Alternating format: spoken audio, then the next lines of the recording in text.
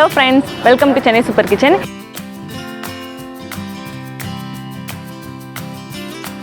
மறக்காம நம்ம சேனலுக்கு லைக் பண்ணுங்க, ஷேர் பண்ணுங்க, சப்ஸ்கிரைப் பண்ணுங்க, மறக்காம பெல் பட்டனை கிளிக் பண்ணுங்க. இப்போ வாங்க வீடியோக்குள்ள போலாம்.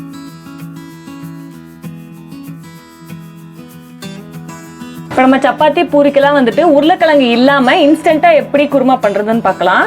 அதுக்கு ஃபர்ஸ்ட் நான் கடலை எண்ணெய் சேர்த்துக்கிறேன். ஒரு 2 to 3 டேபிள் ஸ்பூன் சேர்த்துக்கோங்க. இப்போ திடீர்னு கெஸ்ட் வந்துட்டாங்க, ஒரு 5 நிமிஷத்தில் நம்ம குருமா பண்ணணும் அப்படின்னா நீங்கள் இந்த ஸ்டைலில் பண்ணலாம், சூப்பராக இருக்கும். இப்போ ஃபஸ்ட்டு ஒரு துண்டு பட்டை, 2 கிராம்பு, ஒரு ஏலக்காய் சேர்த்துக்கலாம். ஏலக்காயை வந்துட்டு இந்த மாதிரி கீரி விட்டுட்டு சேர்த்துக்கோங்க, இல்லைன்னா வெடிச்சிரும் போடுறப்போ.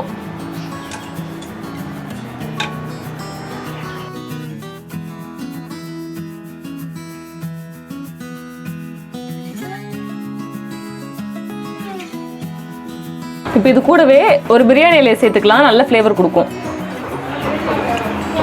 இப்போ இது கூட 1/4 டீஸ்பூன் சோம்பு, 1/4 டீஸ்பூன் சீரகம் சேர்த்துக்கலாம்.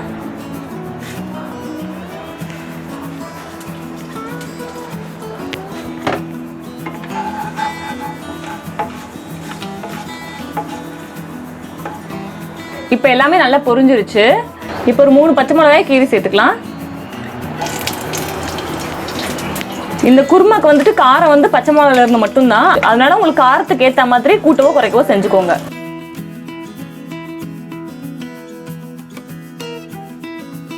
நீங்க பச்சை மிளகாய் சேர்க்கிறப்ப கீரி சேர்த்துக்கோங்க, கீராம சேர்த்தீங்கன்னா வெடிச்சிரும்.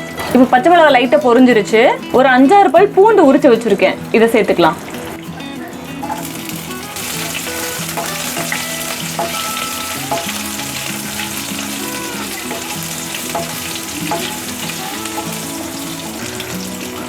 பூண்டு கொஞ்சம் லைட்டா பொன்னிற ஆகிற அளவுக்கு ரோஸ்ட் ஆகட்டும்.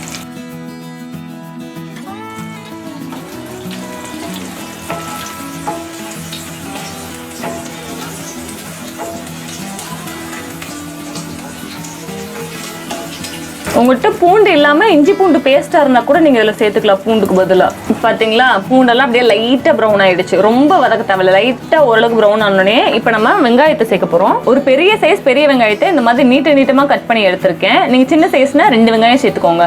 நான் பெருசுனால 1 மட்டும் சேர்க்கிறேன்.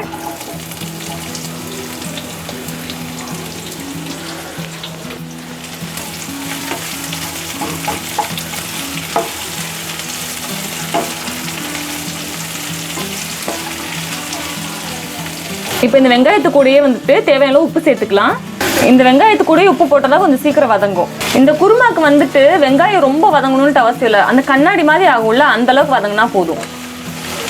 ஏன்னா நம்ம ஹோட்டலெல்லாம் குருமாவில் நீங்கள் நோட்டீஸ் பண்ணியிருந்தீங்கன்னா தெரிஞ்சிருக்கும், வெங்காயம் எல்லாம் வந்துட்டு அப்படியே அந்த கண்ணாடி அளவுக்கு தான் வதக்கியிருப்பாங்க. அப்போ தான் வந்துட்டு அந்த ஃப்ளேவர் கிடைக்கும் நம்மளுக்கு. பிரியாணி அது மாதிரி பண்ணுறப்ப தான் நல்லா ப்ரௌன் ஆகுற வரைக்கும் வதக்கணும். இப்போ இது கண்ணாடி மாதிரி வதங்கட்டும். இப்போ வெங்காயம் வதங்குற கேப்பில் நம்ம கடலை மாவு கரைச்சி எடுத்துக்கலாம்.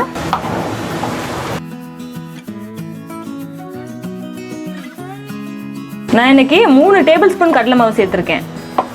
உங்களுக்கு குருமா ரொம்ப திக்காக வேணும்னா நீங்கள் கடலை மாவோட அளவை கூட்டி சேர்த்துக்கோங்க. குருமாவோட அந்த திக்னஸ் கம்மியாக வேணும்னா கம்மியாக சேர்த்துக்கோங்க. இப்போ ஃபஸ்ட்டு தண்ணியில் கலந்து நம்ம சேர்க்க போகிறோம், ஏன்னா அப்படியே சேர்த்தா கட்டி விழுந்துடும். இப்போ நம்ம தண்ணி சேர்த்து கரைச்சிடலாம். கொஞ்சம் கொஞ்சமாக தண்ணி சேர்த்து கரைங்க, அப்போ தான் கட்டி இல்லாமல் வரும்.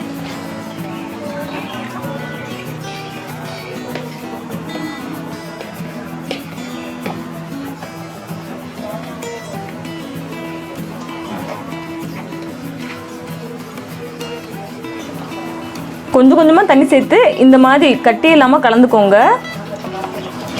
மறுபடியும் சொல்கிறேன், மாவு சேர்த்துட்டு ஃபுல்லாக தண்ணி சேர்த்து மிக்ஸ் பண்ணாதீங்க, கட்டி கட்டி ஆயிரும். கொஞ்சம் கொஞ்சமாக சேர்த்து மிக்ஸ் பண்ணாதான் இந்த மாதிரி கட்டி இல்லாமல் வரும். இந்த மாதிரி கட்டி இல்லாமல் வந்த பிறகு நீங்கள் எவ்வளோ தண்ணி வேணுமோ அந்தளவுக்கு ஆட் பண்ணி நீங்கள் கிரேவியில் ஊற்றிக்கலாம். நம்ம தண்ணி ஆட் பண்ணிக்கலாம் எக்ஸ்ட்ரா. இப்போ நம்ம எவ்வளோ தண்ணி ஆட் பண்ணாலும் கட்டி பிடிக்காது. இப்போ நம்ம கடலை மாவு கரைச்சாச்சு. இப்போ வாங்க நம்ம வெங்காயத்தை போய் செக் பண்ணிட்டு வரலாம். இப்போ வெங்காயம்லாம் பாருங்கள் கண்ணாடி மாதிரி ஆகிருச்சு. இந்த ஸ்டேஜில் 1 டீஸ்பூன் மஞ்சத்தூள் சேர்க்குறேன். இது வந்துட்டு நல்ல கலர் கொடுக்கும் நம்ம குருமாக்கு.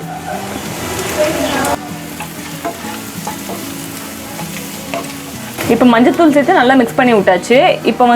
இப்போ ஒரு மீடியம் சைஸ் தக்காளியை இந்த மாதிரி குட்டி குட்டியாக கட் பண்ணி வச்சுருக்கேன், இதை சேர்த்துக்கலாம்.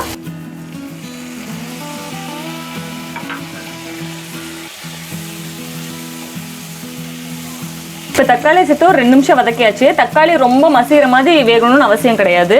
இப்போ இந்த ஸ்டேஜில் நம்ம கரைச்சி வச்சிருக்க கடல மாவை உள்ளே சேர்த்துக்கலாம். நல்லா அப்படி கரைச்சி விட்டு சேர்த்துக்கோங்க, அடியிலலாம் தங்கி இருக்கும்.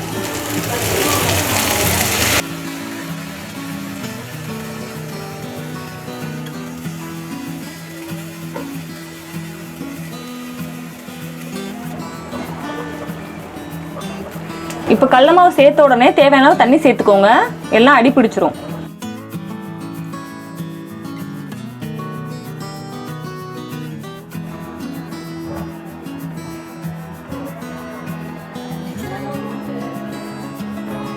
தண்ணி வந்துட்டு உங்க விருப்பம் தான். கடலை மாவு மாதிரி உங்களுக்கு குருமா எந்த கன்சிஸ்டன்சில வேணுமோ அந்த அளவுக்கு தண்ணியும் கடலை மாவும் நீங்க கூட்டவோ குறைக்கவோ செஞ்சுக்கலாம். இந்த அளவு தான் அப்படின்னு கிடையாது. கலரே பாருங்க சூப்பரா இருக்கு.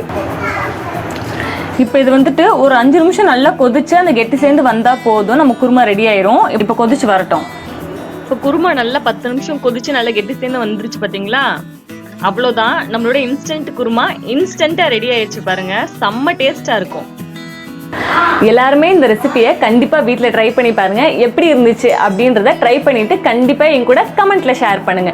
மறக்காம சப்ஸ்கிரைப் பண்ணி பெல் பட்டனையும் கிளிக் பண்ணுங்க. நிறைய பேர் வந்துட்டு சேனல்ல சப்ஸ்கிரைப் பண்ணாமே பார்த்துட்டு இருக்கீங்க. சப்ஸ்கிரைப் பண்ணிட்டு மறக்காம பெல் பட்டனையும் கிளிக் பண்ணிருங்க. அப்பதான் நான் புதுசா அப்லோட் பண்ற வீடியோஸோட நோட்டிபிகேஷன் உங்களோட நோட்டிபிகேஷனுக்கு வரும். பை.